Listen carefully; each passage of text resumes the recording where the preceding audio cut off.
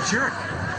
Okay, so I seem to have seen a different movie than literally every other reviewer on this platform, as the film is getting praised over and over, and none of the elements that I found troublesome are even being considered by other reviewers on YouTube. So basically, Mission Impossible: Dead Reckoning Part One is getting rave reviews right here on YouTube. But hey, coming from a longtime fan, all the way from the original, I mean, I still think this movie was ass. That's incredibly rude. My first major issue right off the bat with Mission Impossible: Dead Reckoning Part 1 is that early on you realize that this is essentially a remake of sorts of the original film, or at least it really feels like it. There's those weird Dutch angles that, Brian De Palma was doing early on there, and a lot of the dialogue is just very expositional, like it's almost like a TV show, and I kind of started thinking, are they trying to borrow something from the TV show here? Because it's really feeling like it. And there's some just cringe exposition just shot out between, like, the IMF. They're like, oh, this in the wrong hands will be the most detrimental thing ever, and it cuts to someone else, it'll be the end, and it cuts to someone else saying something, and it's just like, what are we watching? It was almost like a SNL skit at times, the way everything played out, and conversations between Luther and Benji and Ethan. They just didn't feel as natural anymore. In fact, I don't even think Ving Rhames left the room or got out of his chair for the entire movie. And I say the entire movie; they were barely in the movie. Whatever, I don't know. And as far as action, everyone keeps saying that there's like these awesome action set pieces. I mean, I guess there's a few, but they're few and far between in my opinion. There's a cool gunfight early on that once again utilizes a sandstorm, something we've already seen in this franchise, just kind of done a little different, get used to that. And it took over an hour for some real action, which was like a mediocre car chase played for laughs. Like in today's world, if you're going to be doing a car chase scene, you really got to up the ante to get my attention. I mean, I expected more, I guess. I just expected more. And they're trying hard to be funny here in this scene, and it just didn't work for me. And another set piece is there's an alley fight where it's like Ethan in the middle, and there's these two big bads coming at him, and there's nowhere he can go. And the fight is just underwhelming. Again, where we have fight scenes, like the one from Old Boy, or even like modern day with John Wick, I mean, you really got to step your game up with these close quarters fights, and that did not happen here. And the villain, Ezai Morales, he's miscast. He has a stupid knife fight, and it's really just over dramatic. And he plays the face of the main villain, I guess. A villain who's only present when the bad guys set up screens and you can see its virtual form. It's really, really cheap looking and stupid. And Ezai Morales just seems completely miscast and bored or something. He doesn't seem to give a shit. It's extreme. He's an extremely non-threatening villain for an extremely non-threatening entity on film, at least. And Tom Cruise, he's trying to save this girl the whole time, right? And she keeps getting away, and she keeps escaping every time. And he keeps trying to save her, and then guess what? She escapes multiple times. She keeps doing this over and over until the very end of the movie. I don't get it.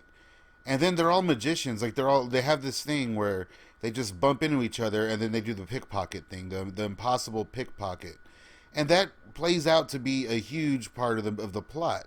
Like huge issues are solved by, oh yeah, you remember whenever I bump into people, I'm also everything that's in their pockets magically appears in mine. That keeps happening. Now, why would you do that? And another thing from the original they do is they do like the little sleight of hand trick, that they were doing in the original movie. Something else that reminded you of it. It's crazy. And the character, what is it, Get Rich or Gingrich or whatever from the original? He's basically the John Voight character here from the original.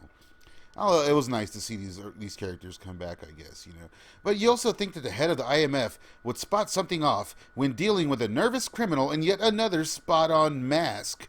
The mask trope here. Do you think they would have some sort of way to spot that, I mean, and this one should have been easy. Not natural acting, completely nervous acting coming in this scene, and he should have spotted. That's all I'm saying. And even the mask stuff, like, once again, we get the machine malfunctioning, and they're like, how are we going to do this? Like, we're just going to do it. But you don't have a mask. Yeah, well, we've done it before in the other movie, you remember? So we're going to do it again. They just keep rehashing stuff, and I was wondering why. Like, why? Why are they doing this? I guess that's why they threw the part one in this, the Dead Reckoning. It's harkening back to the original. I don't know. And the big thing they did from the original, they just kind of rehashed it, was of course the fight scene and the third act in general being on a speeding bullet train. I mean, yeah, they change it up still, and it's pretty cool. Don't get me wrong, it's the best part of the movie is the last 10 minutes of this film. But it's like, we've kind of seen this already again. Like, what are we doing here? Is it supposed to feel so familiar? Is it supposed to feel like a soft reboot? Because it did. Once again, though, I am the only one saying this. And I can't stress enough how the pickpocketing stuff happens. It just keeps happening. There's a big fight scene at the end, and it's solved with, like, this pickpocketing thing. Over and over and over. I just don't get it. It's used so many times to solve big problems. That's just lazy. That's just lazy writing. I don't care. And in the end, with voiceover, we even get a line about how the past repeats itself if you're not careful and blah, blah, blah. After watching a 3-hour movie that rehashed itself multiple times, it all makes sense if they just say it, right? That's all they got to do. I mean, it seems so obvious to me what happened here. But once again, I am the only one on YouTube who seems to have an issue with this. Bring back Jeremy Renner or something. Good God. I was falling asleep in the theater watching this film. And I love almost all of these movies. I think part 2 is pretty worthless, but even that had its moments, I don't know what happened here. The movie was too long. It was too boring.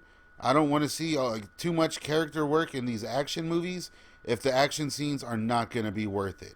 The film could have been cut down. The script could have been tighter. There was a lot of info just repeated. And a lot of mediocre stuff happening for a Mission Impossible movie, I swear. I was sad. Overall, it's a highly disappointing affair, and a huge step down from the previous films. I think it's safe to say that part 2 of the franchise is no longer the worst of the series. John Woo can rest easy, I guess. And think about that. If Dead Reckoning Part 1 borrowed so heavily from the original film, I can only assume that Dead Reckoning Part 2 will bring on the action. You know what I'm talking about. I'm talking about doing backflips off motorcycles.